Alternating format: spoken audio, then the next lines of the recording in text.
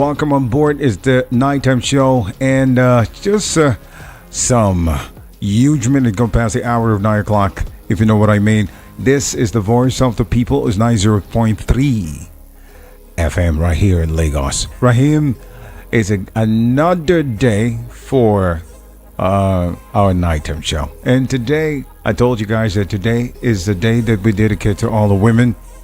Empowerment for women's empowerment, and but much more in the side of empowering women with a lot of information in about conception, about the health, about general whatever that is good for women, and those most important thing that had to do with life.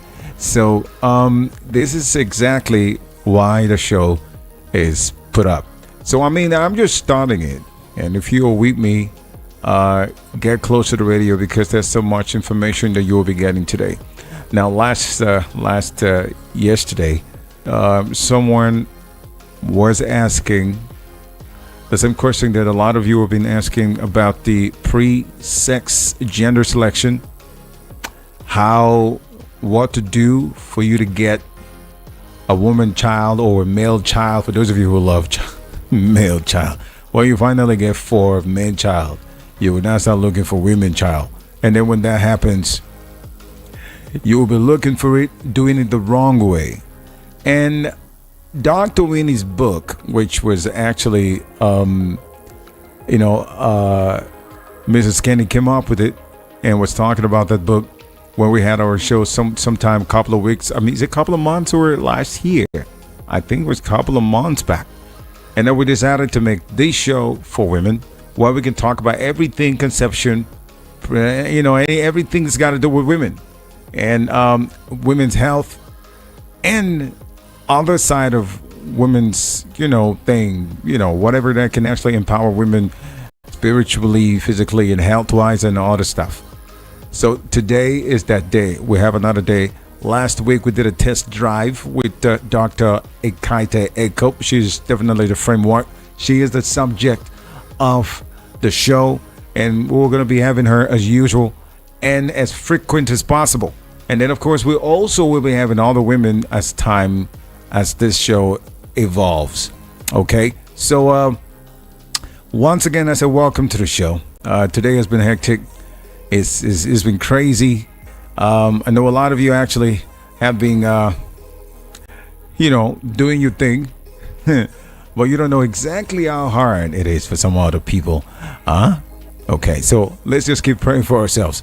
All right, so I told you before last time, from the beginning of the August 1st till now, is still the National Wellness Month. You got to take care of yourself. This month is about health, and so we decided to even start the show for women's health. Very important. Whatever happens, women's first. You want to open a car as a woman, you open a car from. You want to buy some shawarma, some shower shop to do some really good puree or, some good juice. You're doing it for women. Women, without them, life is so not good. So, I mean, let's do the women first. I actually wanted to call the show Women's First, but then maybe I'm going to put it along the line. Women's Wednesday. That's what it is. Women's First. Women's Wednesday. All right. So, as I said, it's the National Wellness Week or month. This month of August is a wellness month. And looking at the wellness when it comes about when you talk about wellness, it's not just about women but also men. But because it's Women's Wednesday, we want to be able to put it as a priority for women. And celebrating the National Wellness Month is really good. It is my bell that I'm alarming you guys that you can always prioritize your self-care. Always prioritize your self-care. Take care of yourself. Reduce stress and create a healthier habit to feel like your best self. Okay, I gotta sit Sit well. Okay. And that is what it's all about. So, I mean, you know that we often put our health and wellness on the back burner most times most times due to work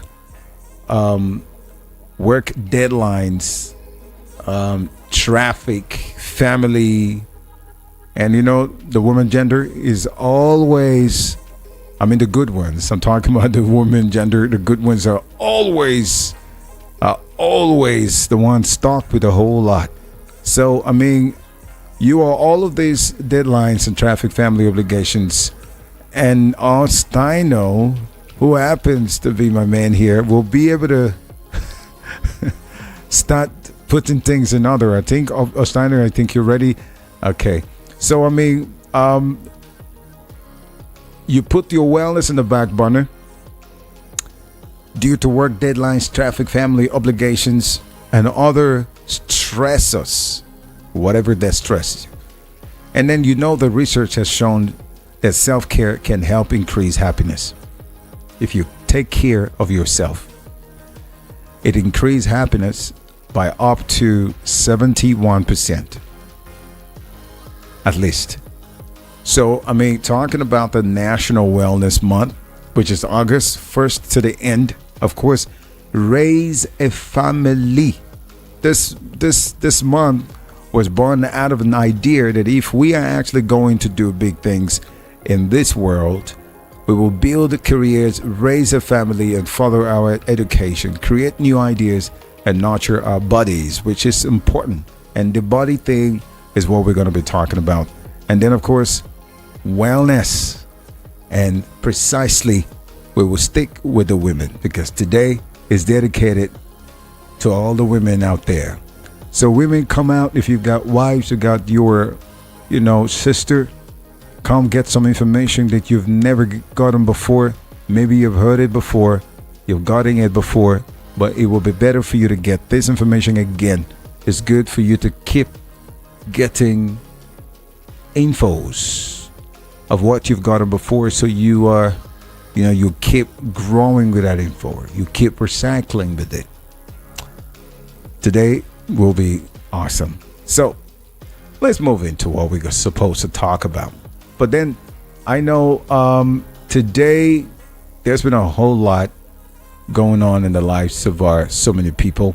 I heard that today is Pakistan's Independence Day. The present day Pakistan fought to be free from the British rule, just like other, countries who were colonized by the British. So Pakistan is one of those countries now free from British rule, struggled for their independence. Shout out to them. I also know that today is the National Financial Awareness Day, and it's literally for one of the big city, the big country, the big nation. Talk about the USA, and you don't do anything out. If every other country would definitely want to put up the same and follow up suit, because while then American cash, I always say this, is even the dollar is even bigger than other currencies, is more valuable than any other currencies in the world. That's what they're talking about all the time. You can get it anywhere, change it anywhere, and then do a lot of stuff with it. So how much would you like to bet that the most people don't know August 14 is a National Financial Awareness Day? It's more important than you think. And plus, what's more fun at the financial independence? First off, you think about that great feeling that you get when you actually don't have a looming specter of debt hanging over you. You should be thanking God for that. Also, sound financial decision can really make a difference down the road. If you don't know how to do it, please get somebody to teach you that. It's time, very timely. Okay? So this National Financial Awareness Day, I'm also bringing it for those of us that have been that side and you are here now. Please remember that this is an awareness of knowing how to take care of your finances. All right. So I'll stop here and then we get into what we needed to do today. And I want to give you a little time. Come on board. Be with us. Come close to your radio and get ready.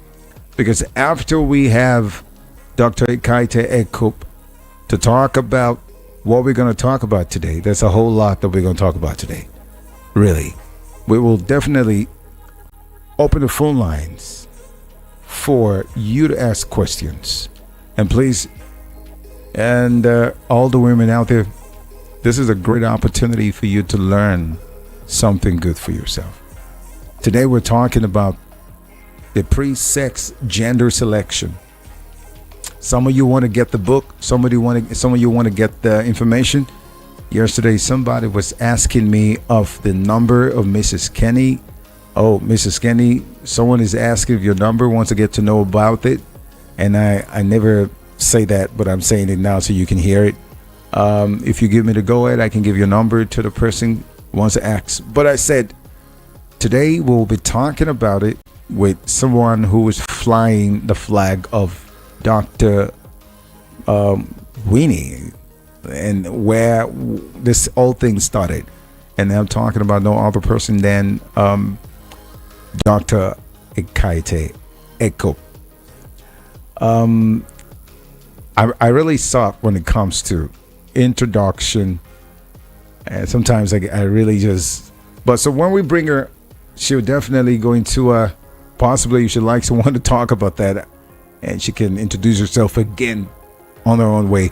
But she is a good person, and I'll tell you all about it. So I just wanted you to stay close to your radio. When I'm back after the short break, I mean, like less than 30 seconds, we're going to start the show. And then I'll bring in Dr. Ekaite Ekup to tell us exactly what this is all about. But today, the women needs to hear what, I mean, you know, talking about the chatting, understanding your body, knowing your chats, and all of that stuff. She's got too many things to say. We will not be able to finish everything today, so we're going to take it bit by bit. So bit by bit is to say that we will just talk about, yes, it's the sex selection we're talking about today. But today, pre-sex gender selection is based on the chatting.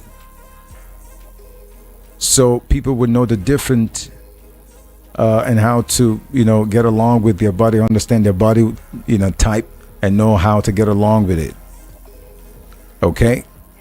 Learning to understand the body is to us, to the, you know, the time intercourse, you know, and all of that pre-sex selection is about timing. So you would know the timing based on your circle as a woman, the circle and the chat. I don't know. I don't want to be the one to talk about this. It sounds somehow for me when it comes to things like this. I get sucked in. But as I said, Dr. Ekaite will be the one to do all the talking, and we're going to take a little break. When we come back, I will let the cat out of the bag, and then we're going to you know, as usual, get Dr. Ekaite to come tell us exactly what this is about.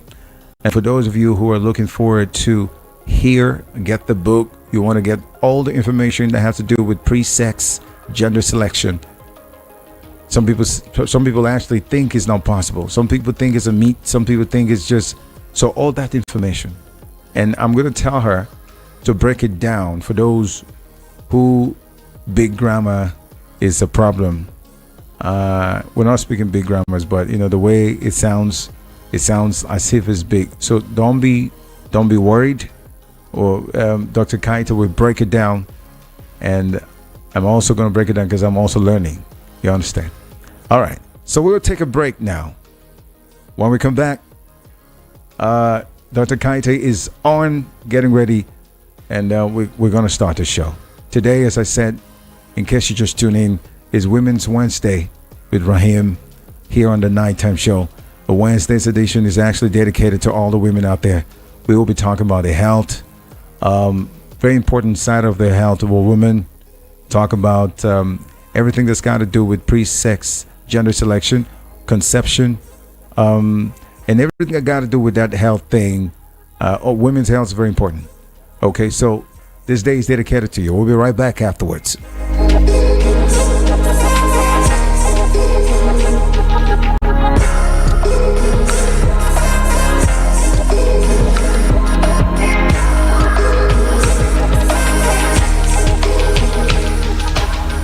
There comes a time in the affairs of man when the voice of the people stands unique, constantly challenging society's status quo.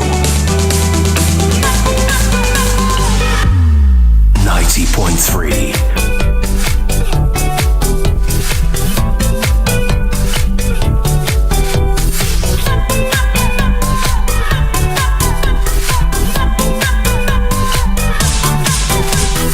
It is a great place of fun and insight. It is a great place of learning. It could be your school on radio. It could be your life.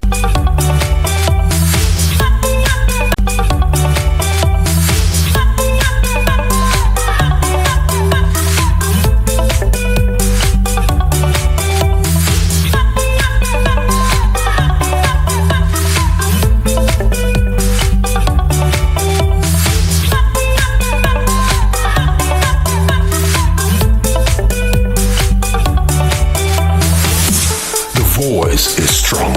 It is the voice of the people. Entertainment unparalleled. Satisfaction guaranteed. VOP, voice of the people. VOP, voice of the people.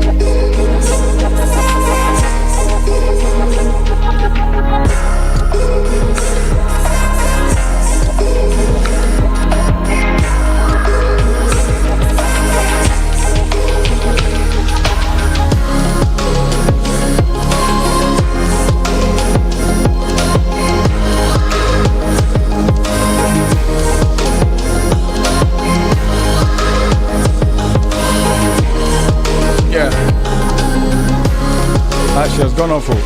What happened?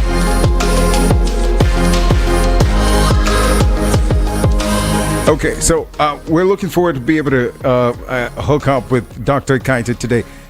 It's been really, I don't know. I'm finding it very difficult to be able to But Dr. Kaito is in the building. She's been waiting for us, and it's that time about what we're going to start talking, and it's yeah. Well, I'm excited that she's on. Can you hear me, Dr. Kaite? Okay. Can you hear me? I can hear you, yes. Okay. But you can't see me. I see your photo, not your video. It's not on. But I see you online. I see you on the program. Okay, fine. I think it's okay. All right. Work that out.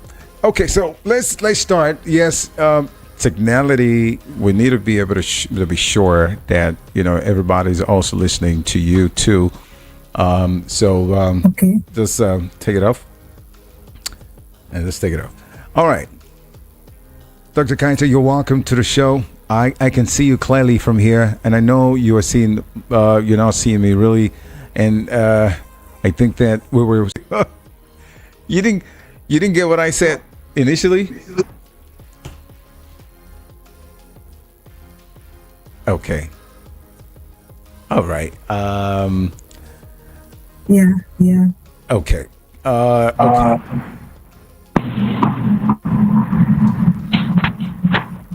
Can you see me?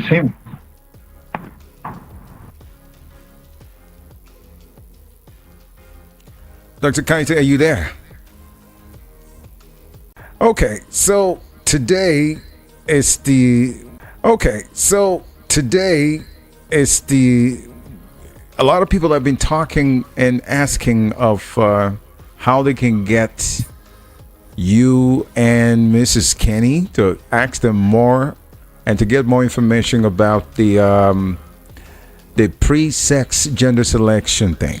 And so many people wants to know about it. Some people wanted to get a book, but I urge that everyone listen to the show, where you will be preparing a lot of information concerning that. And today, I believe that you will start in watering the plant before we go deeply, right? Yeah, we'll go as far as we can. Yeah. All right. Dr. Kaite, Yeah. I want you to introduce yourself and the way you will want to introduce and tell the world who you are. Well, yeah. My name is I'm Dr. Ekaite Eko. I am a medical missionary of Mary. That means I'm a Catholic sister in lay parlance. I'm also an obstetrician gynecologist, and I have the honor to have also to belong to the same congregation that Dr. Leonie McSweeney belonged to. Okay. And she was the one who pioneered this pre-sex gender selection and taught it to many thousands of families in the country. Many people are indebted to her for that work that she did. She's late now. She died in 2019, but her work continues under the banner of Pro-Life Association of Nigeria in this country. Okay. So that's who I am. I'm a Kaite Eko. I work in Abakaliki in a Mile 4 hospital as a consultant gynecologist. I'm Nigerian, fully Nigerian, and I'm actually from Akwa Ibom State. Okay. And I'm working now in a boy. I don't know if there's anything else you want to know. No, it's not about me. It's about the people that are listening to you right now. The whole world is listening. Okay. All right. Okay. This pre-sex gender selection has been is a big issue for a lot of people. They have been, asking. Many women were suffering because they didn't have male. Many women were suffering because they didn't have male children, and maybe the husband will maltreat them for not having male children, or start going out to look for a woman who could give them male children. So Dr. Leonie now decided to go into this to see how she could help families to stay close and united amidst the pressure from families, from society, from wherever it was to get a particular gender. And usually the big issue is to be the male gender. Mm-hmm. Now, what she found out, or what we've known, is she found out that by timing intercourse, if the couple can time intercourse well, they can get the gender they desire, whether it's male or female. Now, people think timing of intercourse means if they meet at night or they have intercourse in the daytime or in the afternoon. It's not about the time of the day. Timing of intercourse means the time in the cycle. A woman goes throughout her reproductive years, she has a monthly cycle. What she sees every month is the menses. She's menstruating every month. For a healthy woman who has a healthy reproductive life, she sees her menses every month. That's what she sees. Okay. Now, in between one menses and another menses, a lot happens in the body. A lot of things happen in the body that most women are not aware of. All they know is, oh, I'm seeing my menses. So to be able to time this intercourse to get either a male or a female child, the woman has to understand how her body works. Now, the basis behind the success of this method, everything to do with the man. Am I clear up to that point? Then the other thing is, there's a difference between the male sperms and the female sperms. And one of the differences is this.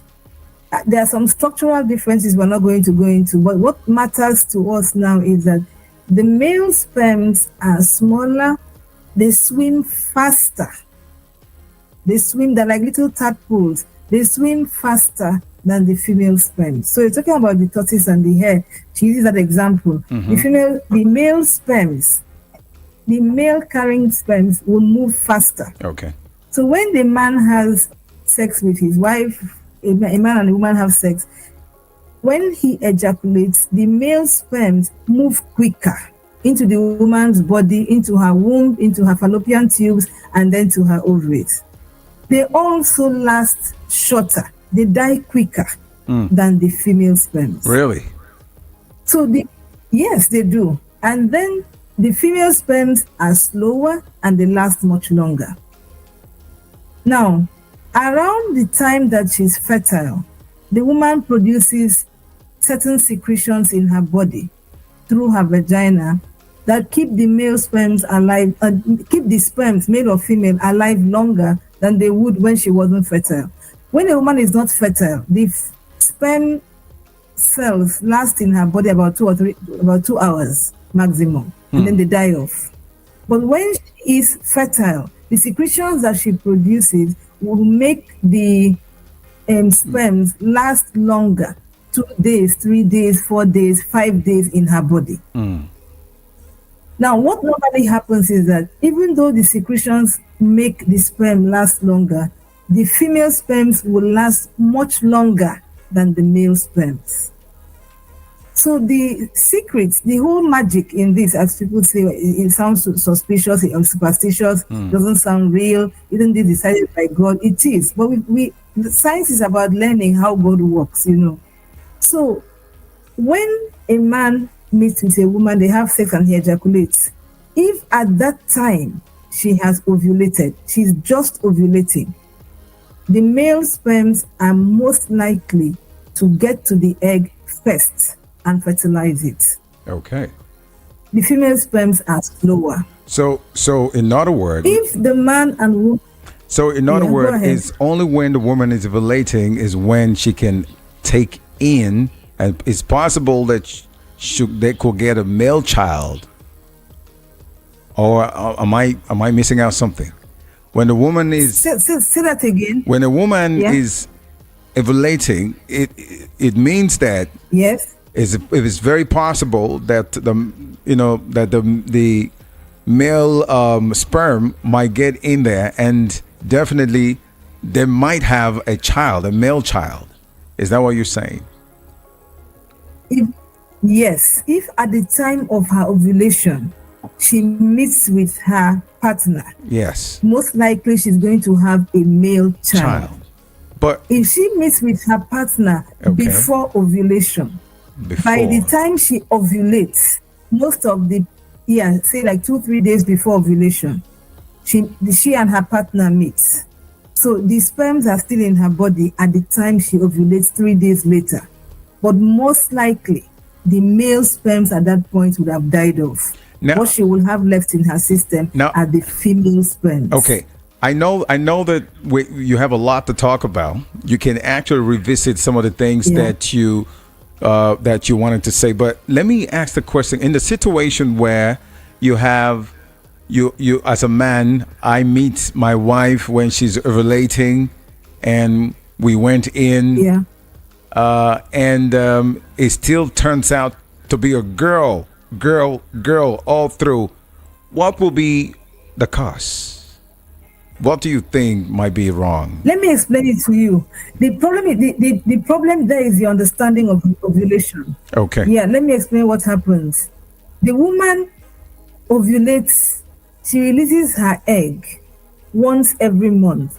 That egg lasts about 24 hours in her body and it dies. Wow.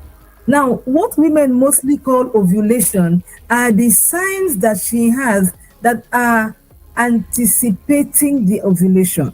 They say, oh, I'm having my ovulation now. They are not. That's why it's important to have the charting. Because in charting, you're recording every day what are the body signs I'm meeting. What do I feel and what do I see? So you're recording that every day. By the time you do that for 2-3 months, you can almost predict the day you're going to ovulate. Most women at this point, they think whenever I see a certain kind of discharge from my vagina, I'm ovulating. And it's not true. Okay. But you have to be able to chart to understand when exactly am I ovulating.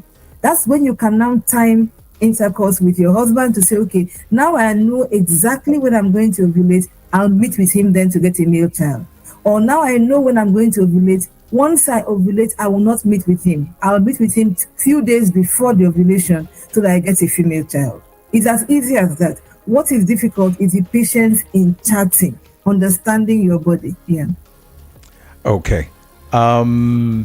I wanted to ask a question, but I got distracted in one way. But go ahead. Apart from because I just wonder why when you actually meet a wife, so many people told me and they've actually asked me maybe there might be something wrong with them. They met their wife when they were ovulating and nothing happens. But before we get into that, let me just ask you to explain further what chatting means for some that do not understand exactly what the chatting thing means. So, I mean, could you break it down for, some people to understand what that chatting thing you're talking about? Okay. Is it the same thing with a circle? For those who don't know, it's not. You talked about chats. Okay, I know I'm just using a Google's. Yeah, it's just but you need to break it, or is a parlance, is a lingua among women. Chatting is something very simple. All it's saying is that you bring out a sheet of paper, and every day of your life, every day of the month, you put down in that paper what did you notice. So some men already chat, but all they chat usually is ovulation, is menstruation. When you ask them, when did you see your menses last? They can tell you, I saw it on the 4th of last month and it was 4 days. That's still chatting. Okay. You're recording what you saw. Now, when we are talking about a more detailed chatting, we're not asking you to limit your chatting to menstruation. We're saying every single day of the month, you observe what is coming out of your vagina and you note it. Because every single sign that comes out of the vagina is indicating something happening inside your body, inside your reproductive system. Since you're not inside to see what is happening in your womb or in your ovaries, or you cannot see your hormone levels, those discharges can tell you this is what is happening inside.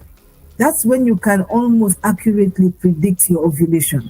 Otherwise, most women, what they're doing now is whenever they see what they call a fertile sign, they say, oh, I'm ovulating now. If I meet my husband now, I'll get a male child. That's not how it works. So that means you have to be more accurate in timing So that means they don't know. They don't know when they're ovulating. They don't know exactly what that means. Might be something else. A lot of them don't know about it.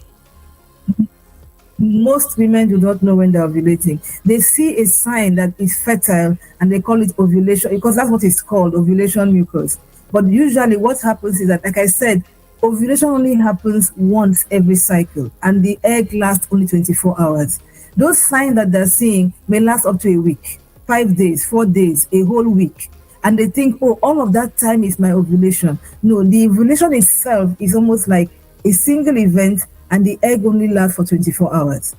So the whole time you're seeing the mucus, you're calling ovulation mucus, you're not ovulating all that time. Usually, actually, if for those who are chatting, they understand what I'm saying. The ovulation actually happens after the mucus has stopped coming out. Now, I'm going into technicalities here because there are different types of discharges a woman has in the course of her cycle. Sometimes she sees nothing, and they call those days dry days. There's nothing, no kind of mucus at all. Other times she might find something that comes out. They call it early pap. For those of us who are Africans, we know what the pap looks like before it is prepared. The sticky white. Okay. Hello, Dr. Kaite, are you there? Peeling an unripe plantain, you feel it's sticky, so it comes out like that. Other times it comes out slimy, like kata, like mucus. Is when you stick it on your finger and raise your hand, it sticks, it draws. So it could be drawing like that. They call it mucoid. It could be slippery. You look at it. So that one could be there. If that could happen for a few more days. The day that one stops, I mean, I can hear you now. Yes, did you hear me, or was I? No, I think you. Was I cut off? No, yeah, you were cut off by the network, I believe. So I think you need to you need to redo what you just said. Start where you started talking about women do not know about the mucus and stuff like that. You can start from there. Okay. Now, a lot of things happen in a woman's body between one menses and another menses. Okay. And the only way we can know without going to test or invasive test or blood test what exactly is happening, what stage we are, is by watching what type of discharge comes out of a woman's vagina. The woman knows. Most women will notice that there are different discharges coming out of her at different times of the month.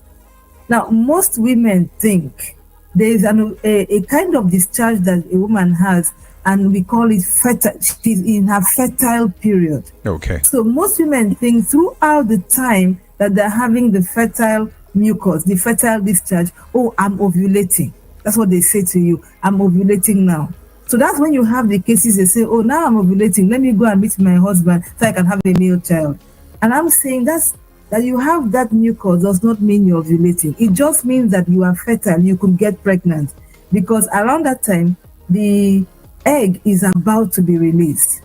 So if a woman meets with her husband or meets with a man at that time, even if she hasn't ovulated yet, the mucus will hold the sperms alive until she does ovulate a few days after.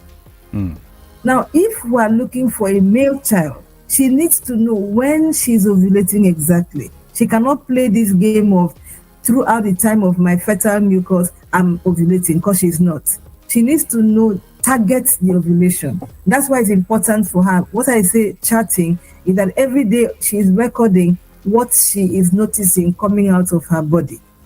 And by noticing that for 1 or 2, 3 months, she gets to understand her cycle. Only then can she now time intercourse to get either a male child or a female child. She must understand her body first.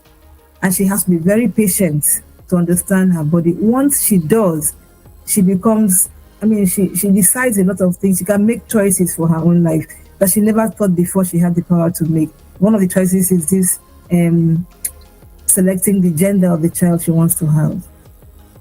Okay. For those who have boys, male child, and they're sick and tired of the of all the male child, and they want to have a baby girl, And is it the same? Is it the same pattern? Is it the same pattern that you will apply, or is there anything different from getting a male child and getting a female child? Oh yes, it's very different because to get actually, if a woman understands her body, it's actually easier to get a male child than to get a female For child. real? Now to get a female, yes, once you understand her body, the chatting is easier to predict a male than a female. Because for the female child, what she's doing is this. She's now deciding, I can't meet with my husband after I've ovulated, because if I do that, I'll get a male child. Oh. So what she's doing is meeting with her husband, meeting with her husband before the ovulation and making sure that about the time of ovulation, she abstains. She stays away from her husband. So that the only sperms available in her body to fertilize the egg she has just released are the ones that have been there and have survived, so that female sperms. Okay. So let us see. Let me just throw an example. Let us say to ovulate, or she's going to ovulate on a Saturday, and she can predict that. It's very difficult to predict when you're going to ovulate, but it's not difficult to predict when you have ovulated. So let us say she's going to ovulate on a Saturday, and she wants a female child. What she has to do is meet with her husband, just have sex with her husband, maybe up to maybe Monday, Tuesday, maybe Wednesday, maybe Thursday. But she cannot meet with her husband on the day she ovulates, because that's likely going to be a male child. Okay. So she's meeting with her husband so that by the time the egg is released, the male sperms have died off and it's only remaining the female sperm. I'm just saying it in very terms. very simplistic terms. Okay. Yeah. Wow. Yeah. In the situation, I like to ask. I'm enjoying this. I have no idea. I'm getting a lot of information from you now, and I'm excited. So, I'm telling you, there's so many people don't know about this. Look, Dr. Kaito, we need to pay you a lot for this. In the situation, no, the woman gave her information free. I'm just kidding. I'm just kidding. There's a lot of people that wants to get the book. They wants to get the book, but I said, look, it's best for you to be here, to flag this, this pre-sex thing, so that they know. And now talking about knowing their body, their circle, the women need to understand that. And it's very obvious that if they do not understand that, it will be difficult for them to be able to do the pre-sex selection.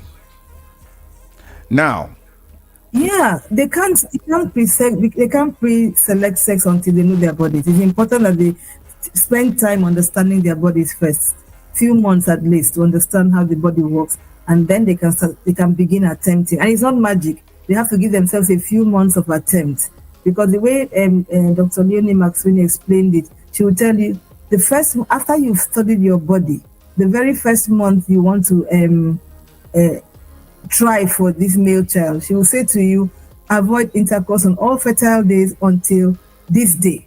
Then the second cycle, avoid intercourse on all fertile days until this day. Stay on that for 4 cycles. If nothing happens on the 5th cycle, then you move a little bit. All the time we're trying to target, this is when you're looking for a male child. All the time they're trying to target, I want to have sex as soon as I ovulate, or about the time of ovulation. So you have to keep checking your body to know this cycle, when am I ovulating? Now it's not that it's accurate. It's not like how would I put it? It's not like a measuring tape. It says 5 centimeters, but it's accurate to 12 hours. But you just have to understand your body and know, this is how my body functions. This is how I know I have ovulated. Now I can meet with my husband. A lot of women don't know this. Many women who have had their kids don't even know how it worked, and they won't bother except they're now looking for a gender. Met many women who are not even timing sex for fertility, male or female. They're not even trying to choose the gender of the child. But from what they tell you when they come to the clinic, you realize they are meeting with their husbands at a time they can never get pregnant. But they don't know, because somebody else said to them.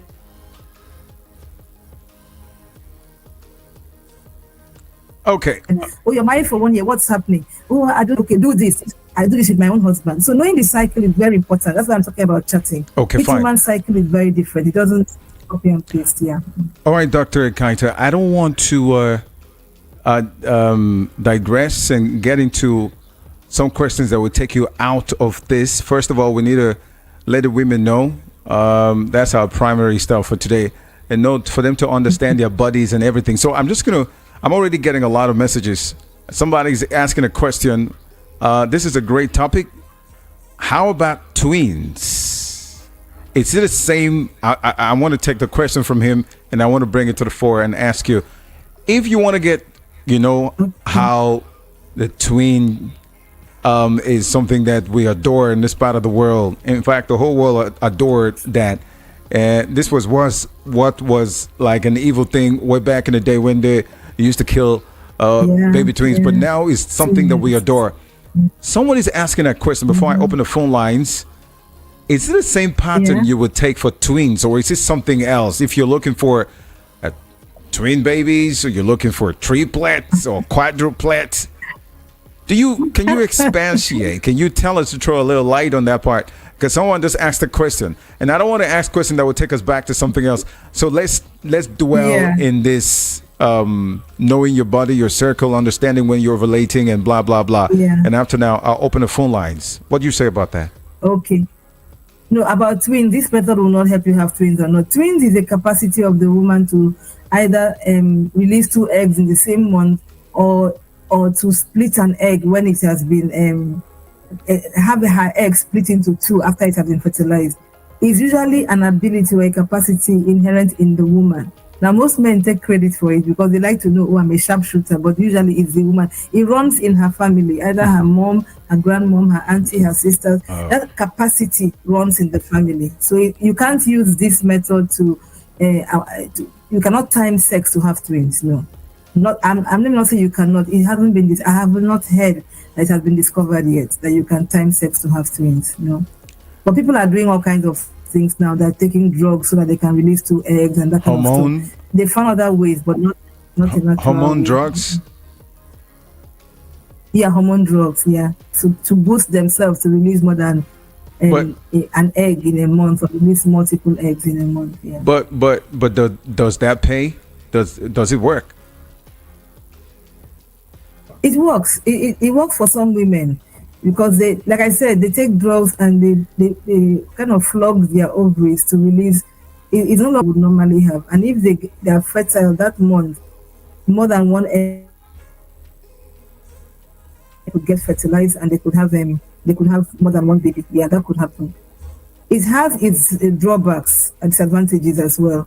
But in terms of does it work to get them have more than 1 baby, for some women it does. Yes.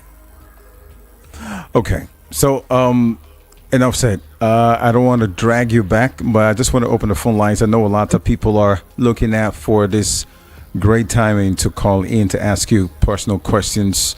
The ones you can answer, go ahead, and the ones you can, leave it for God. Okay, so all right. So the number is 0700 903 903 903 0700 903 903 903. Talking with Dr. Ekaita Ekup. She is so much more. I just can't tell you. Her resume is quite long. She's big. She's a very humble lady. She's got too many things doing for women. And I just had to bring her so she can also do the same for our people here. She's doing a great job. She's a gynecologist. And what's that thing again? She's gynecologist and what again? I said I was also a Catholic Reverend Sister, medical missionary of Mary. Why you always talk about that one? You don't want to. Okay. I lost that call. 0700 903 903 903. Okay. And okay, someone is asking, I think I need to go to the messages, or let me just pick this call first. Hello, what's your name and where are you calling from? Hello, good evening. Good evening to you. What's your name? Yes, my name is Jennifer. I'm calling from Oshodi. Jennifer, calling from Oshodi. Jennifer, please ask Dr. Kaite a question, please. Oh, Dr. Kaite, good evening, huh? Good evening. Good evening, I'm a mother of Jennifer. 4 girls, and I've been wishing to have a male child. So, Okay. like you said, there are documentaries, and you know we are too busy. If we can't get everything correct in recording, what is the easiest way to know when to conceive a male child? Madam, I don't know any way Hello? easier than this. Yes, I don't know if you can hear me. I don't know yet any way easier than this, Hello? really, for now. Is my question clear? Okay. Yes. Can you hear me, Jennifer? Very clear. I'm hearing you. I don't know if you can hear me. Hello? I can hear you. Hello, Jennifer. Rahim, I don't know whether she can hear I'm me. with I can you, hear. Yeah. Jennifer, can you hear Can you hear her? I didn't hear her well. Okay, ask the question again. Just Okay. ask that question again. Dr. Kaite, let her go ahead. Okay, Dr. Kaite. Okay. I'm a mother of 4 Yes. girls, and I've been Yes. willing to have a male child. So you talked about knowing our circle and all that. Some of us are too busy to, document everything. What is the easiest way to know when to conceive a male child? Okay, hold on, Dr. Kaite, hold on. Have you finished asking the question? Is just this one? Yes. Okay, Yes, fine. yes. So now listen to her. Let me drop you and then you listen. Go ahead, Dr. Kaite. All right. Thank you very much, Jennifer, for that question.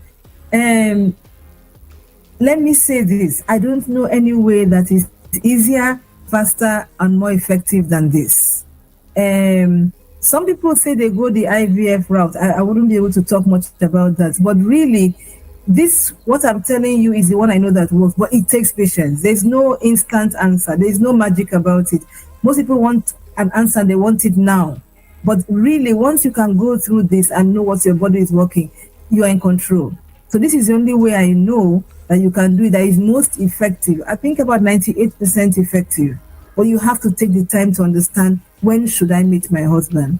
There's no other way I know that is faster and will give you the exact results that you want. So I will encourage you, after having had the 4 girls, to take your time, understand your body, and then time the intercourse with your husband to get your boys. Many women have done it. Many women have done it, and they can testify it works. But it takes time. It takes patience to allow your body to do what it knows how to do best. All right. Oh, okay. So, Mrs. Jennifer, I think you've heard it, and let me get the next one question here. 0700-903-903-903. Don't be shy about it. Call and ask Dr. Kaite Ekup a question about this pre-sex gender selection. And she has actually talked a whole lot, and I don't want to, ask questions that's going to, move away from this is the first step, according to her, in order for you to get a male child, in order for you to do well. When you talk about getting a male child or a female child, that means, you have to go through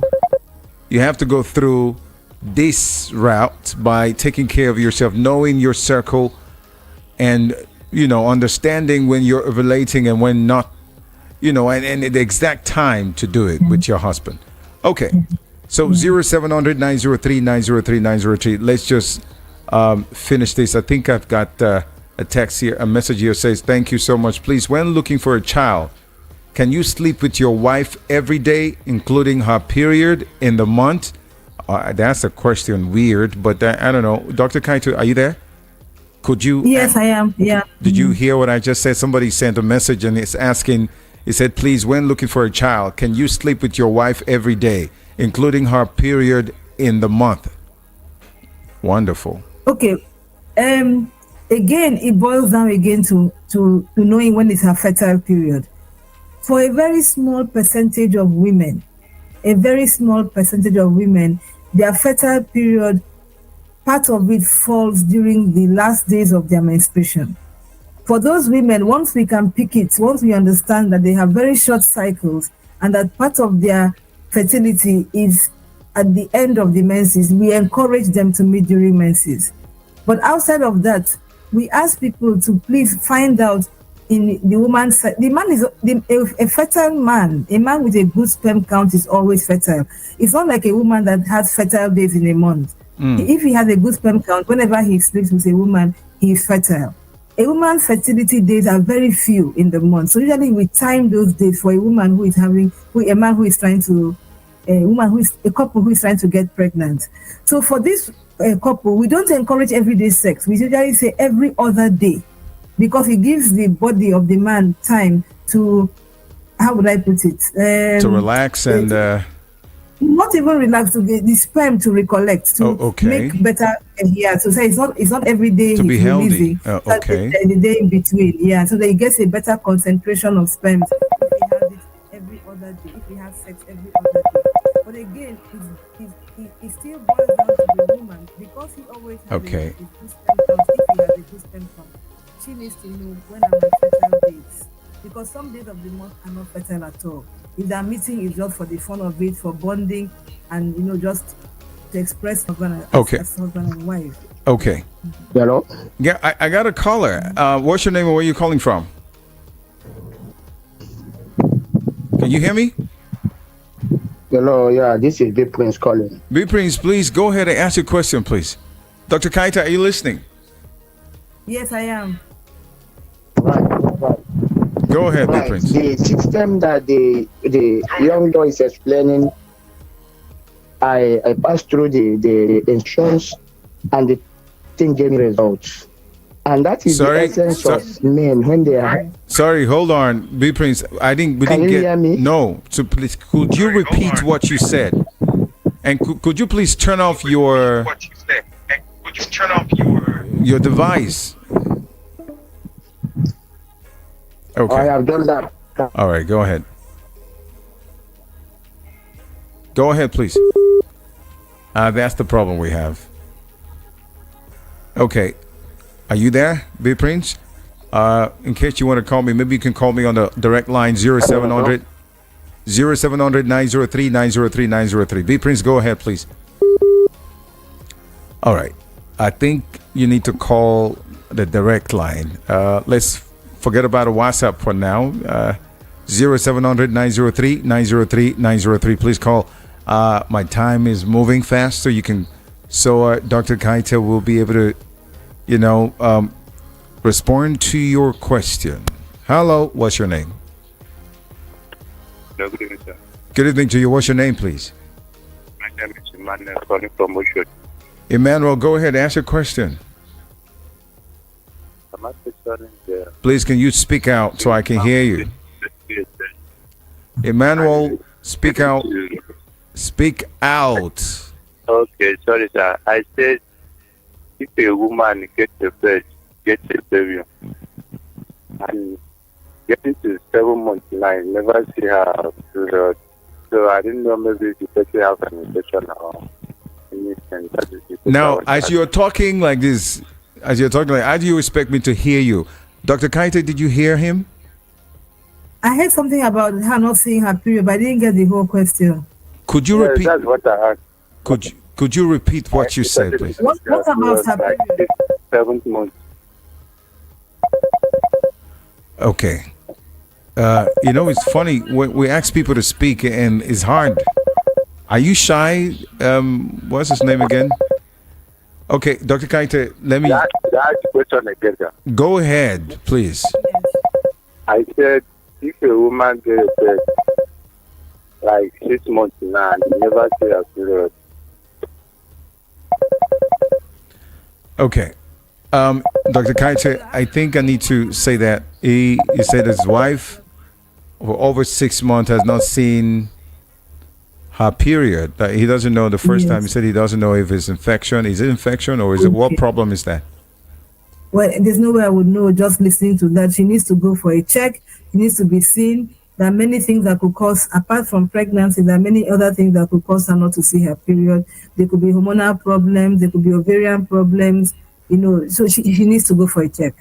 She needs to go and see a doctor. He will investigate her and tell her exactly why she's not seeing her period, and then he might be able to correct it. Okay. So just by listening to him. All right. Another caller. Hello. What's your name? Hello. Hello. Can you hear me? Hello. Yes.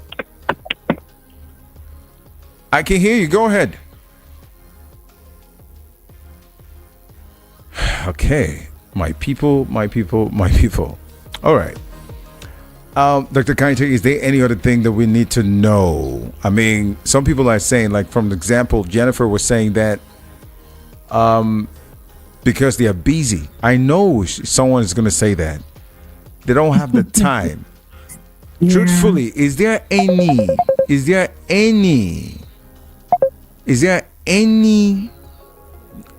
else, any alternative? Please answer after this call. Hello.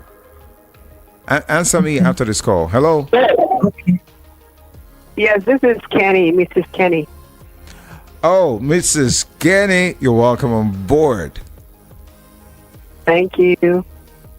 This has been a very awesome exchange. It's very enriching. Dr. I want to share something, and then you kind of like shed more light on it. With reference to Dr. McSweeney's book, she was mentioning that the Jewish people, she says that usually the Jewish people, they give their wives 2 weeks for vacation, 7 days for the period, and 7 days for purification. And usually, when they meet after the 7 days and they engage in a lot of foreplay, that the women tend to have a lot of sons. I don't want to hang up. I don't want to have a very interactive something because we may have Jennifer. What I'm saying in essence is that we're saying that if we approach it from that angle too, that also has conception. Do you want to shed some light on that? Okay, did you hear that? Could you repeat the question? I wasn't. It was cracking up. Mrs. Kenny, put your mouth out from your stuff a little bit, and so we can hear you clearly. Can you repeat the question, please? Okay. Okay. What I'm saying, in Dr. McSweeney's book, she referenced the Jewish custom, and she says that they give their wives a 14-day period for purification. Jewish people give their wives 7 days for the menstrual cycle, for menstruation. And after that 7 days, they give them another 7 days of purification. They don't come near the wife for 2 weeks. From day one of the menses right through to that 14-day in quote purification period. And she was explaining the reason why they do that is to allow the woman the period to be properly cleansed, and then the man is anticipating meeting the wife again. So after that 14th day, it typically falls on her ovulation day. And so they engage in a lot of play. And while the everything Okay. Now, we set some light on that so that maybe something that over again. Okay, I get the question. Let me repeat what I think I heard. You said among the Jews they have a lot of male children, and they also have a cultural practice where after the menses, the men avoid their wives for some almost 2 weeks because they want the heart to be purified, in quotes, and then they engage in a lot of foreplay, and maybe is that why they're having male children. Now, this is what they call we call it in science accidental findings. Like two things are happening, they don't necessarily explain each other, but they produce, we notice what you call a pattern of results. Given what we know now, that practice of the Jews would normally mean in a 28-day cycle, which is where 29-day cycle, which is where many of the women fall in that window, that period that he's avoiding his wife and saying she should be purified. When he now meets with her, he probably will be meeting with her about the time of her ovulation. It's nothing to do with the foreplay or it's just that he has practiced gender selection without knowing he's practicing it. If you listen to what Leonie McSweeney says, she says, if you're looking for a male child, avoid meeting with your wife during the days of the fertile days until after the peak. So if she had a 28-day cycle, this avoidance for 14 days actually falls in line with what Leonie was trying to say. Although it wasn't intended, they were just intending to purify the woman, give her time. It's a cultural thing. But it happened to fall in sync, to align with what science found out later, which is if you sleep with your wife at the point of ovulation, she will get a male child. So they're avoiding sex so that they meet at 14 days and they happen to meet with the wife at the point of ovulation. Where it's going to backfire is if she has a short cycle, because the 14-day avoidance, the 14-day abstinence will mean by the time they meet with her, she is past her fertile period. So she won't have any child, whether male or female. But for an average, coming 28 days, 29 days, they'll be fine.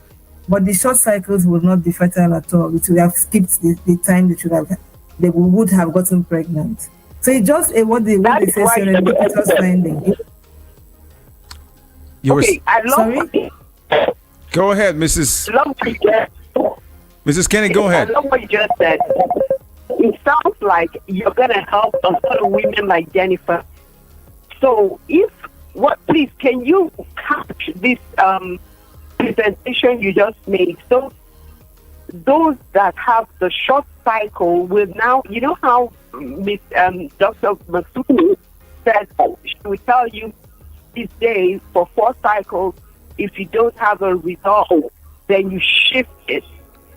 So based on that, because a lot of people, as she said, she doesn't have time, and some people also are not quite enlightened to actually capture the data that will need for them to capture. So with that at the back of my mind, can you rework your presentation a little bit, to factor in that component for those that are struggling with that aspect? So emphasize it out so that let me say, kind of shift their cycle. Okay. No, let me say this. The intention is to get the results. It's not so much, I wouldn't want to offer something because it's easier and then she has a 5th girl. That would be too big a disappointment. That's a whole new dynamics we're introducing. So I wouldn't say because what Leonie did, Leonie was teaching this method to everybody. There was no educational standard that wouldn't understand her. Once you understood when to meet with the man, what women are looking for is to tell them 13 days, 14 days, and we can't, because you have to know your cycle first to know if 14 days is the time you should meet or 15 days. And most likely it is to check, once you know your cycle, you will know when to meet with the man. But to say, to make it into something that is easy, how will I put it, instant or quick, and I cannot guarantee results, I will not be able to do that. And what I'm sharing is what has given us 98% results. So it will be good, even if all she does is chart her menses every month and go to meet an instructor who will show her, okay, given this cycle we have seen, for the past 4 months you've had this cycle. Maybe you can attempt to meet your husband on this day. If it fails this month, you're not pregnant at all, next month try on this day. So I can't, I would have to see her chart to know that, or listen to her to know her cycle. But there's no other way that I know that is effective. And I'm afraid to oversimplify this and then they get the wrong results. So this is really very simple. It's sounding complex because they're hearing it all at once. But once you start doing it, honestly, it's very simple. It's very easy. Women in the villages who never went to school, who can't even speak English, are doing this and getting results. Oh. So please, I would still encourage her. All I would ask her to, I'm so sorry to the church. I think this is just an open, interaction and opportunity. Okay, Mrs. Kenny, your voice is muffling. Hello, Mrs. Kenny, your voice is actually very muffling. We barely hear what you're saying. So, I mean, you need to position your mic of your phone so that we can hear you clearly. Right. Is this better now? No. How about this? It's okay. This is what I'm saying. Because Dr. Ekaite has done justice to this topic. Oh, my God. Next, Hello. Okay. Can you hear me now? Yes, okay. Is it better or still not better? No, it's still no better. Okay, you know what, Mrs. Kenny, you have to call back because I'm actually getting information that the call, this meeting with the Ekaite is already going off. So we're going to put her through. I don't know, Dr. Ekaite, are you still there?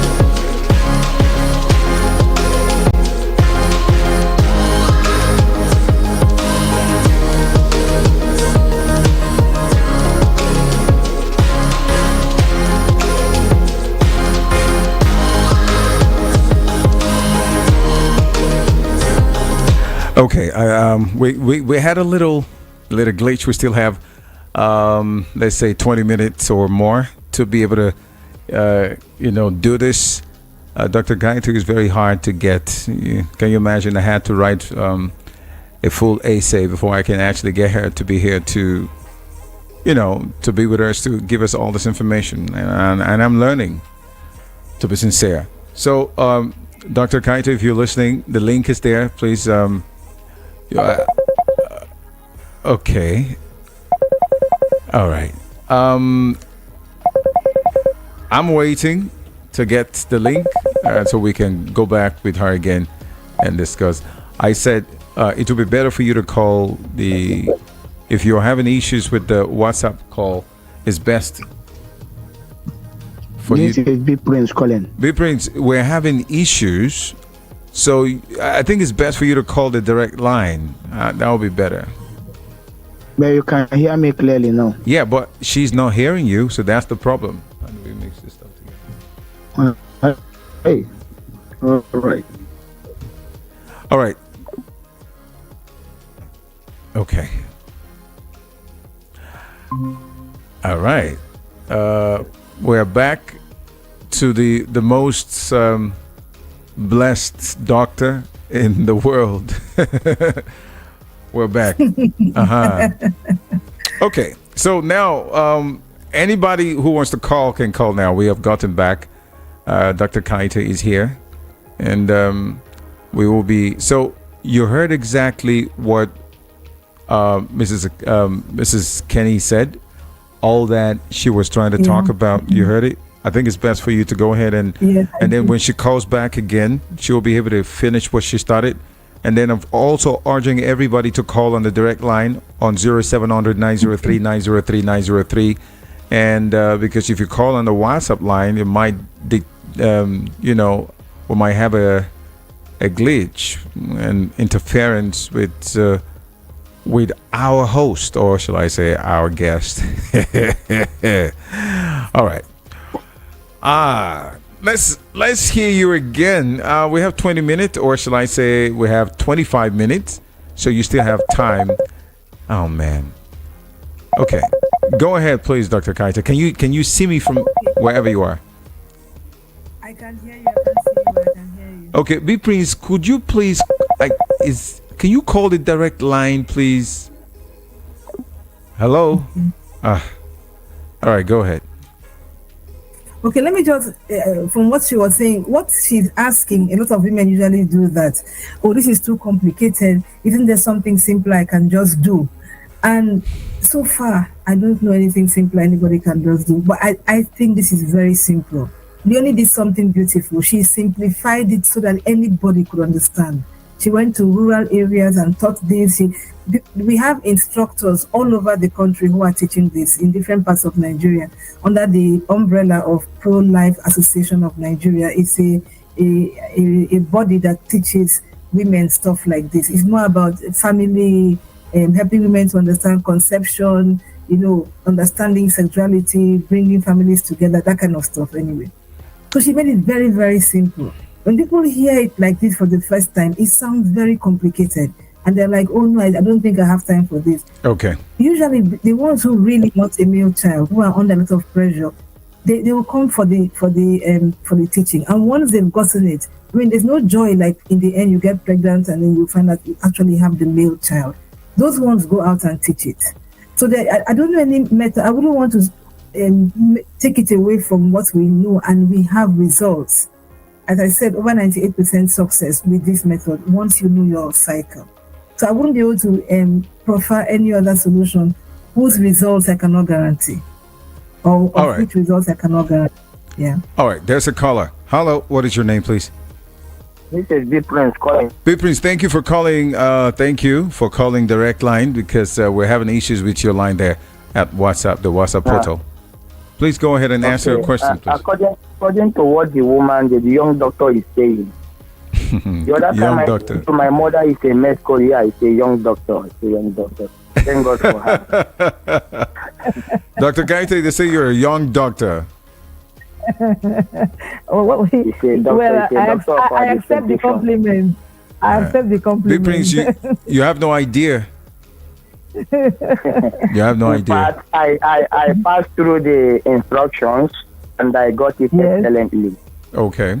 My mother instructed me because my mother is a doctor. She told me all this. Okay. Very good. And fortunately, I was blessed with twins, 2 boys. The first one, according to the instruction, twins, 2 girls, according to the instruction, and the last one is a girl, making 5 of them now as I'm talking to you. The question I want to ask, which I have never had time to ask my mom, is there any tendency, or is there anything that will make the male and the female child to come at once? What is the tendency, or is it a normal tendency, or just a miraculous tendency? How can we explain this now, using this advice or instruction? That is my question. Thank you. Yes, thank you very much. That's a very intelligent question. Thank you. And thanks for sharing that you had used this method and it has worked for you. Now, like we said before, the ability to have twins is the woman's, but the sex of the child, the gender of the child is the man. So usually when you have a case where you have a male and a female, they usually have had, how would I put it? They've had intercourse around the time of ovulation and before, like 2 consecutive days or 3 consecutive days. So there are 2 eggs now released, and so some of the eggs are fertilized by the female sperm already in the woman's body, and others the second one was fertilized by the sperm that was released that day. Let me say it again. So the woman has released 2 eggs, and then on the day of her release, on the day she released the 2 eggs on her ovulation day, she already has female sperms in her body from a previous intercourse 2-3 days before. So those ones who are already in the body might fertilize 1 egg, and then on the day of ovulation, she also meets with her husband again, and then so the freshly ejaculated sperm may fertilize the 2nd egg. Am I making sense to you? Of course. Okay. Of course, because it's, he has gone, and as you're talking now, he's listening. So let's pick another call, and let's see. I think this should be Mrs. Kenny. Complete what you started. Hello. Yes. Yes, this is it. I hope it's clearer now. I believe so. Go ahead. Okay. Yeah, Dr. Kaite, awesome. You're really a professional. What I want to say though is in reference to the discharge. The house chart, but women know where to find the discharge. They not be looking in their pants when they make it very, very graphic for them. Okay. The question again, please. I couldn't hear her. Make it very graphic for them. Let them know how to. Is it when they're wiping themselves, or is it I get the question. Their undies in their pants? Where do they find the discharge? Who don't even have to. They might be taking the shower. Then how do they look for the discharge? How do they find it? What we normally encourage them to do is, usually we hope that every woman, after she has peed, she checks herself, she cleans herself. So we are hoping that when the woman does what she normally does, which is clean herself with a piece of tissue or something, that she checks what is on the tissue. She looks at it and then she feels it with her hands. So it's not that we're not asking her to go poking. We're asking her, after you finish peeing, just each time you pee, you check. And then sometimes in the course of a day, she might see 2 or 3 signs. Maybe in the morning she saw nothing, in the afternoon it's something sticky, at night before she went to bed she might see maybe something a little bit more slimy. We ask her, for the sake of safety, record the most fertile of the 3 signs. Don't record all 3, just pick one, the one that is most fertile, and record that one. But it's about cleaning herself after peeing. Clean her vulva. She puts her hand and cleans her vulva with a piece of tissue, and then she checks what is on the tissue. Then she looks at it and then she feels it to see what is the consistency, what is the color, what is the consistency. Okay. Awesome. What about when how sometimes when you have a relationship with your husband, some also come out that might be a little, the ejaculation. So how do you explain to them that, that's not what you're looking at, tell them? So usually, these are very practical questions, and only a woman will ask this because she's very clear what she's talking about. When a woman has met with her husband, when they've had intercourse, yes, it's most likely the next day what she's seeing, she's not sure, is this the sperm semen from the husband, or is it her own what do you call it? Her own discharge. Okay. So what happens is that we ask, usually when a woman has had intercourse, is on the chart. She has to put on the chart that this was, I had intercourse on the 5th. She puts it there as an I. The next day, whatever she records, we are seeing it as semen. So, and then we ask her, because we're not sure whether you are having a fertile sign or a not fertile sign, record it as fertile. So if you're trying to avoid a pregnancy, you record that as fertile. If you're trying to get a pregnancy, just look at it as a fertile sign. The third day, the second day after the intercourse now, is when you record your discharge as what you see. So usually the day after intercourse, we record semen. Awesome. Yeah. Thank you very much.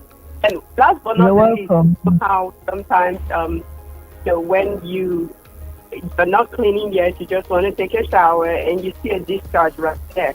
So you're telling us that we should test that discharge, see how it is, and then record it. Yes. And the most fertile discharge of the day is the one you record. So usually, Okay. So usually you wait until night to know.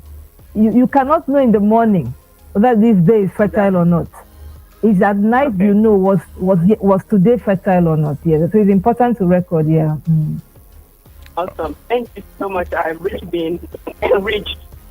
I hope the men Thank don't you. feel so a little bit about it, but they're learning because they will teach their wives. Their wives. Oh yeah. Mm-hmm. Okay. The strange thing about the surprising thing about billings usually is the men who record the signs for the woman. They're very good at it. I don't know how it happens. For real. But usually, if you have if you have a couple Please, who comes let's to you ring for the billing, bell for men, please. many Let's times ring when, the when bell. you ask the woman, Man, I love you guys. You're doing great. to be candid, I really admire a lot of men. When you have a good couple or a very close couple or a good husband, it makes the work very easy. Usually, it's the man that says to the woman, "So what sign is it today?" And he says, "Oh, I saw this." He records it. I know couples who come to the clinic and say, you ask the woman, when was your last menstrual period? And she says, wait, let me ask my husband. And he's accurate like a clock. He will tell her the day that she started seeing her menses. Yeah, But we have that a lot. But apart from that, the only thing that we make mistakes for is our wedding anniversary and all those dates stuff. We'll And now the start forgetting birthdays. and birthdays. That's what we don't know how to remember. I agree. I know. All I right. agree. We'll cut you some slack Yeah. and we'll say you all have done a good job. Yeah, right. Thank All right. you, Mrs. Kenneth. Thank you very much. Yeah. Mrs. Kenny, thank you so much for calling in. I just want to give an opportunity to anybody out there who wants to call in. Maybe you've been trying. Mrs. Kenny she likes to take over the environment. She has taken over the time and asks a lot of questions, which is actually very important. So you call now. Hello, what's your name? What's your name, please? Please, Big Prince, I forget to ask another question. Is Okay. there any type of diet that is being attached to this process for a man to achieve this process? That is my number one question.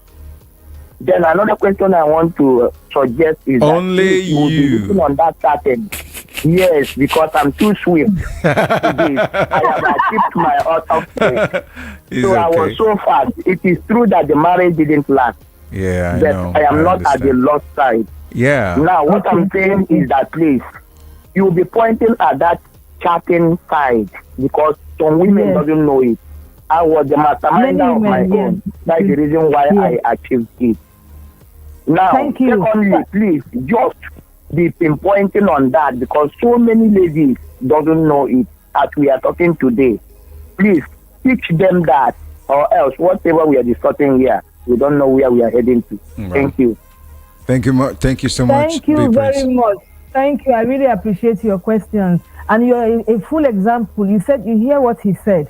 I was the one chatting. My wife didn't know anything about it. I was the one who had to Chat. chat it to achieve what I wanted. Yeah, and that's well. it's true what she's saying. Many women do not understand, not just chatting, they don't understand how their bodies function. Okay. And for the past how many years that I've tried to teach even young girls before even you Okay. get married, even secondary school girls, you have to understand it's not how your body functions. Okay. There's no space for that kind of ignorance, please. Yes. All right, Dr. I agree Kaite. with him. Dr. Kaite, One there's more another. thing he asked. Before you go, before you another give them one more thing, there's somebody here. Hello, what's your name, please? Hello. Good evening. What's your name? Can you speak out, please, so I can hear you, please? I'm Chichi from Ebutemeta. Okay, Chichi from Ebutemeta. Ask your question, please. Please, there is what I want to ask. Please, I'm trying it very thoughtful. So, anytime I'm having my period, the period used to be. Please, I don't know if it's sign of ovulation because I've not noticed any sign of ovulation. Okay, can you repeat what you just asked now? Can you repeat it? Can you do it again, please? Okay, I said I'm trying it very difficult to conceive. Okay. Hello. Yes, I'm listening. Go ahead. I've not noticed any sign of listening to you. I can hear but you. every time I'm having my period, the period used to be slimy. Please, does it Slimy. mean I'm ovulating during period? Okay, that's your question. Is that all? I can't answer that based on what you just told me. Is a possibility? Yeah, I understand the question. I hear you. I'm saying that based on what you've told me, I don't have enough information to tell you that it is a possibility. But you will need to, somebody needs to sit down with you and listen. How long is your cycle? What are the signs you're seeing to know that? If you have a very short cycle, it's very possible that you're ovulating during you're having your fertile period towards the last time of your menses. But the information you're giving me is not enough for me to know. I will have to sit down with you for longer, or somebody will have to sit down with you and ask a few more questions to be able to tell you. Like, how long have you been trying? How often do you meet with your husband? How often do you have sex? What is his own sperm count? There's a lot more that comes into fertility more than just the timing of the sex. So I would suggest you check yourselves out, both you and your husband, and make sure that it's okay. Then you now focus on your cycle and see when are your fertile days. Okay. When are your own fertile days, depending on your cycle. Yeah. Thank you. I wish you all the best, really. Okay.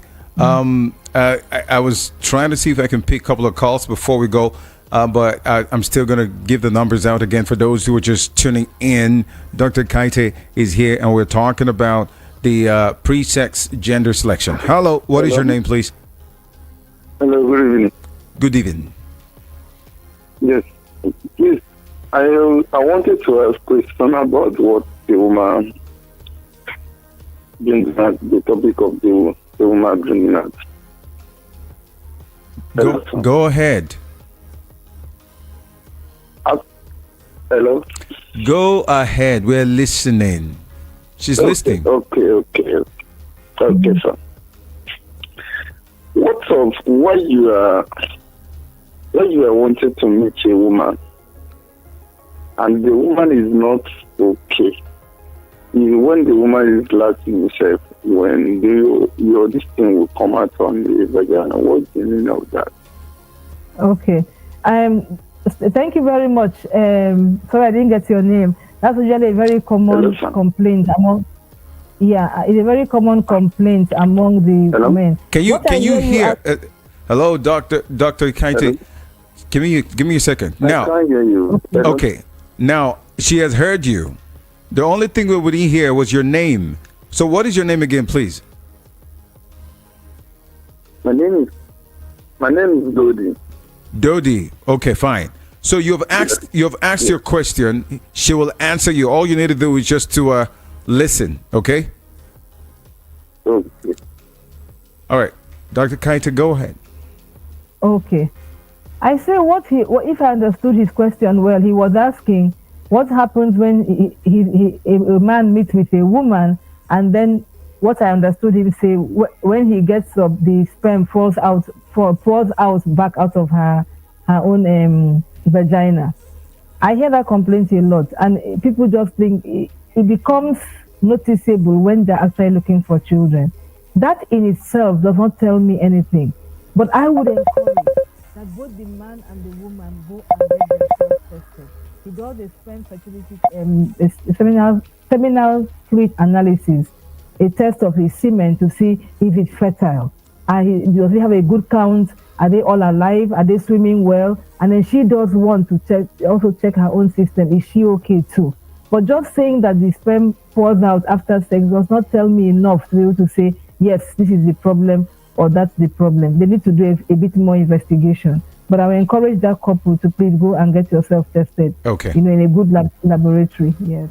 All right. I got another caller. Hello. Can you turn down the volume on your devices, please? Sorry, let me do that. You were supposed. Oh, come on. You were supposed to do that before you call. I have done that. All right. Sorry. No problem. Go ahead, please. What's your name? On the issue at stake. What's your name first? My name, Honesty. Honesty. Okay. Go ahead. Yeah. On the issue of this issue of conceit. So, my question goes like this. If somebody is no more ovulating, even if when you are ovulating, the egg or the anything that push to conceive is no more available, what man can do or woman can do to push those things that is above God's faith. Yeah. So most of the time, people don't calculate the nature in human, and they are pushing it to faulty in one way or the other, which I know it might be a faulty in nature.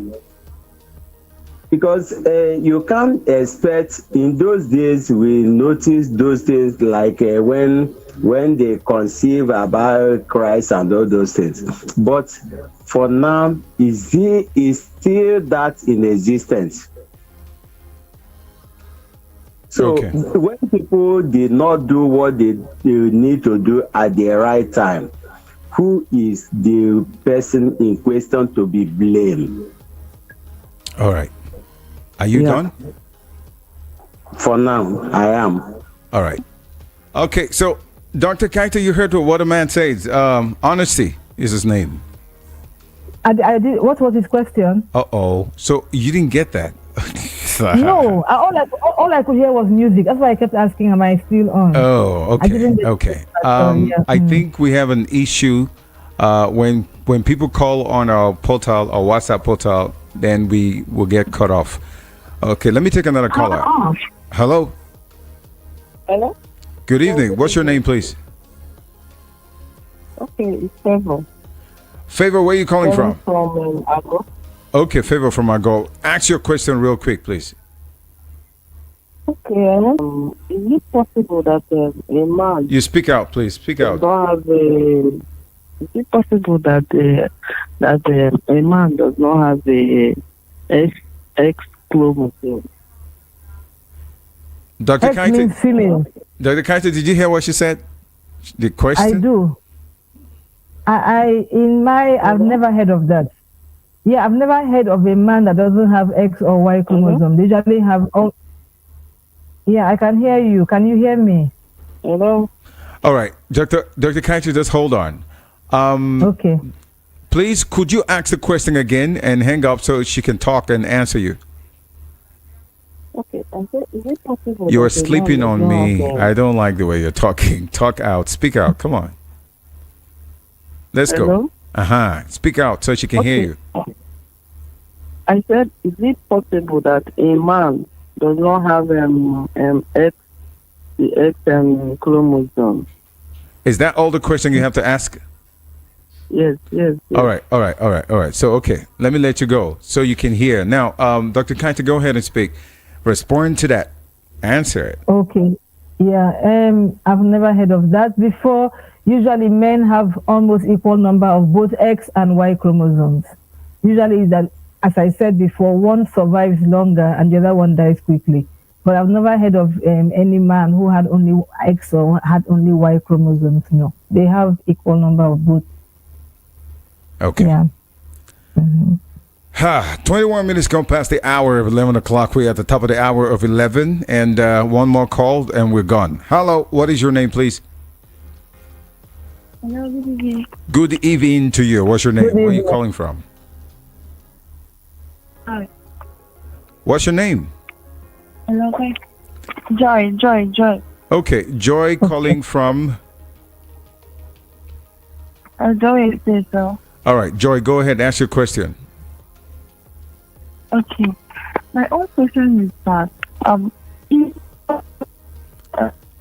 Okay, Joy, are you there?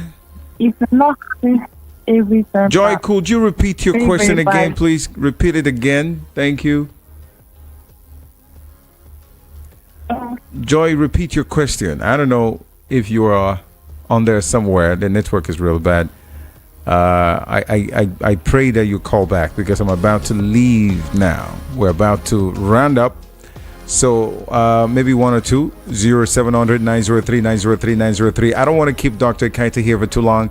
We're sorry for keeping you too long. But then please call now and make sure you talk out so she can hear you. Hello, what's your name? Hello. Good evening to you. What's your name, please? Good evening, Dr. Kaite.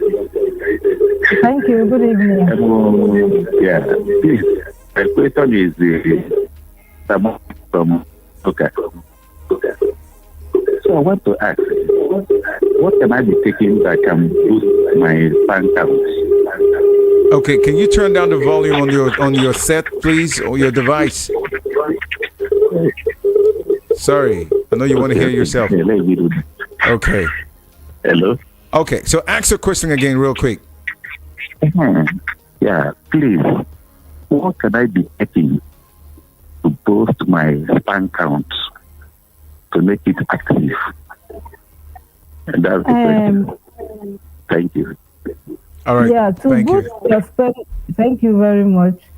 To boost your sperm count, there are lots of dietary advice that are going. Not all of them have been scientifically proven to work, but for some of them have been and some haven't. Now we generally encourage people who are trying to boost their sperm count to take a lot of vegetables and a lot of fruits. We encourage them to avoid processed foods. We encourage them also to take nuts, like all these ground nuts, cashew nuts, and things like that. We ask them to take avocado pear because it contains a lot of vitamin E in it. Some of them take a zinc supplement tablet. But generally, eat healthy foods. Avoid fast foods, processed foods. Some people say also avoid too much of fried foods. Now, people normally think that because the sperm is milky in color, they should take plenty of milk and maybe soya milk as well. And, right. and we don't encourage that because milk contains sometimes estrogen, and estrogen is a hormone that might actually depress the sperm count. So we don't encourage that. We just say eat healthy, plenty of fruits. Our African foods are very rich. The vegetables and fruits we encourage mostly. Avocado pear, as I said before, is very good. Okay. Those who are trying to, I hope you heard, those who are trying to call me on the WhatsApp line, please call me on the direct line now. I have less than 10 minutes to leave. 0700-903-903-903. 0700-903-903-903. Hello? Hello? Okay, can someone talk to me? Can you speak out, please? Hello, can you hear me now? I can hear you, but you need to speak out so we can hear you. Hello? Okay. Hello, can you hear me? Go ahead. So I called back. Go ahead now and talk. Okay. So some people say that it's not good for a woman to stay to 6 months, 1 year without having sex. But it's not good. So I want to find out whether it's true. So that is my question. Okay, that's the only question you have. Fine. Thank you very much. Joy from Majawi State. Is it not good or is it good? Dr. Gaite, tell us. I don't know of any health hazards for a woman who chooses not to have sex. I don't know of any health hazards it might give them. But I do know that this line has been used to deceive a lot of young girls. So I would also say the young girls out there to be careful about who is telling you this. Yeah. When I was in the world, I deceived them too. But now that I'm born again, I'm okay. Hello.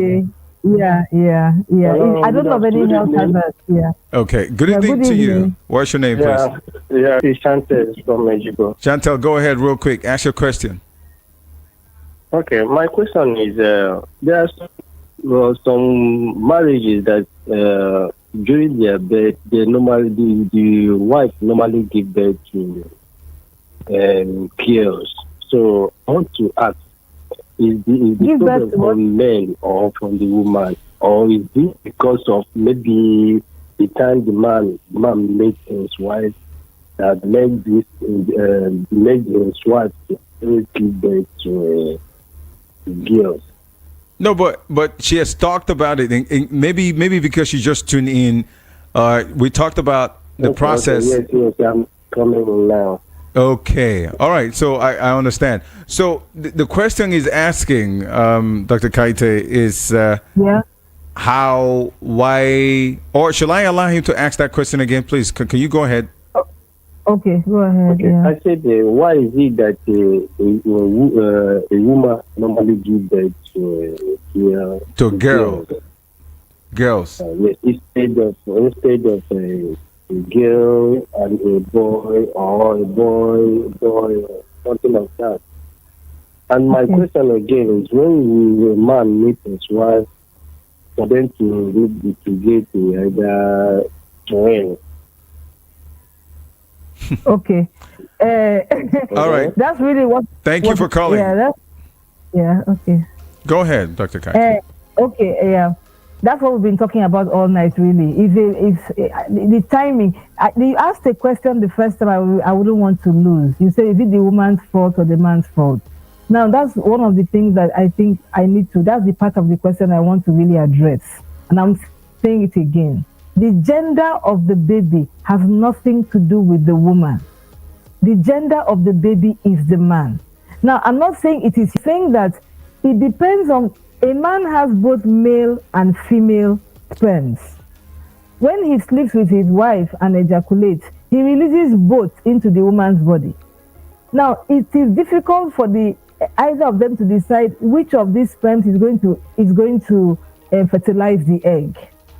So the woman does not choose gender. The man's sperm is what decides the gender. What we're trying to do here is try to use a bit of, we've understood a little bit of science, and we say, if you time the sex, having intercourse with your wife during her cycle, there's a way you can time it, and the likelihood of getting a boy is 98%. There's a way you can also time it, and the likelihood of getting a girl is also 98%. But it's to time this sex, not according to day or night or afternoon or position, but according to the time of her cycle. But this question of whose fault is it? First, it's not a fault. A child is a blessing.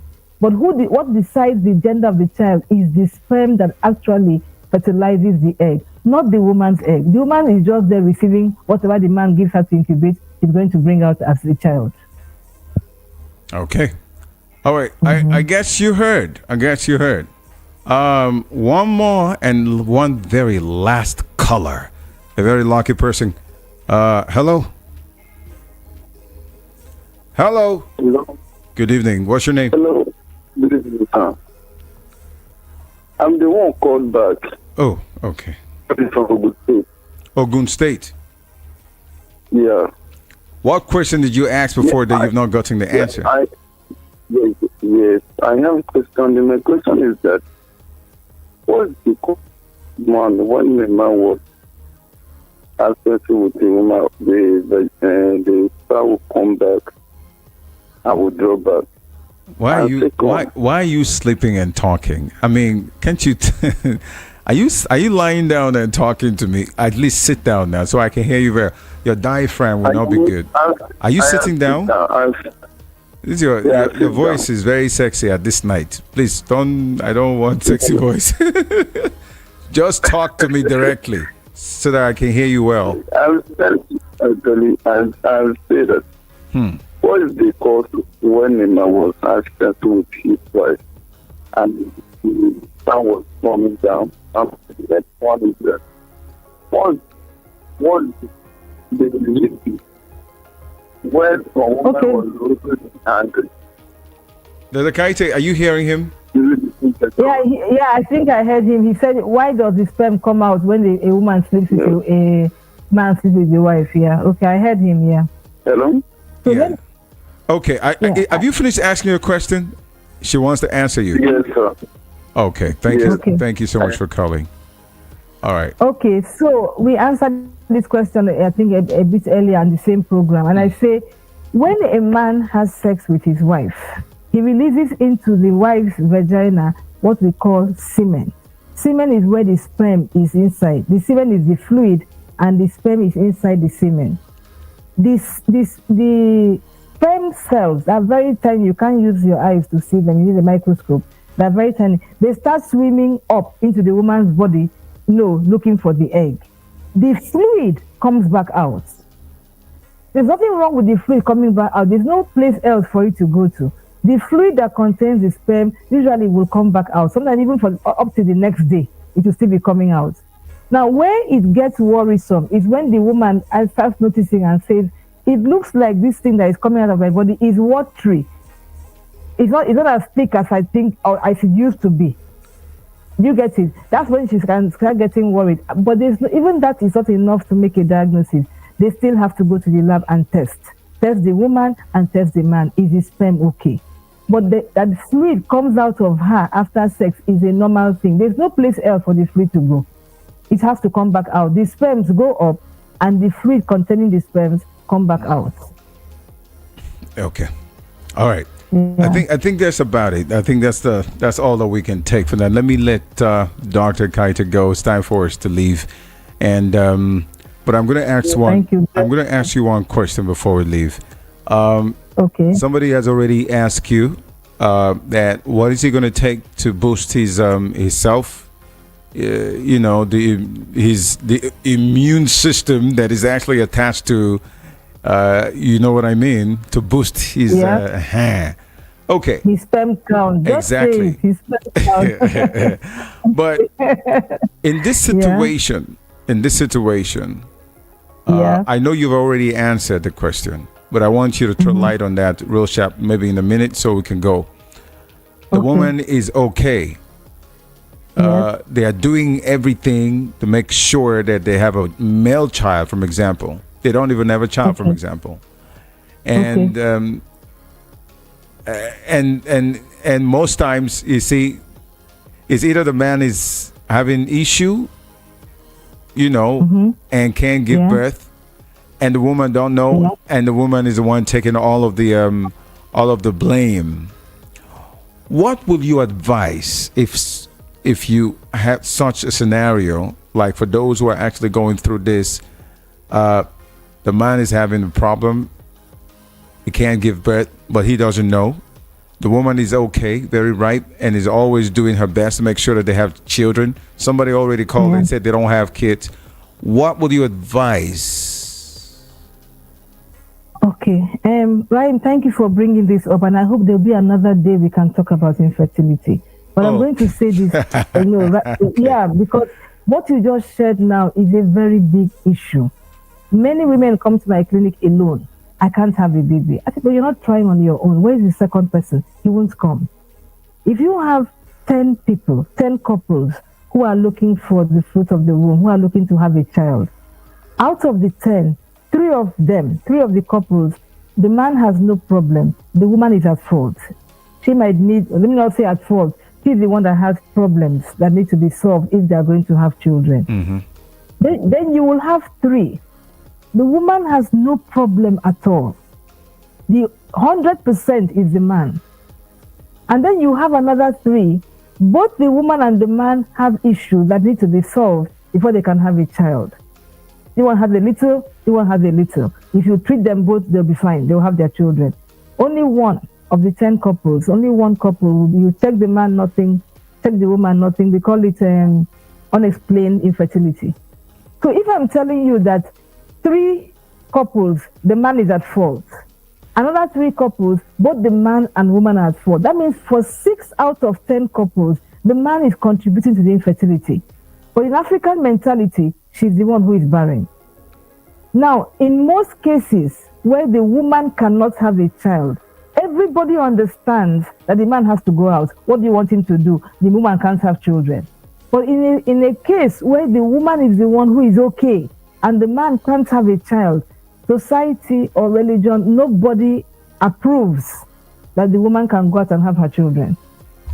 She's seen as unfaithful and so on. So in this kind of a case, I want to beg, if there are any couples out there who are struggling to have a child, please go as a couple and find what the problem is. Don't push the wife and keep calling her names, particularly the in-laws.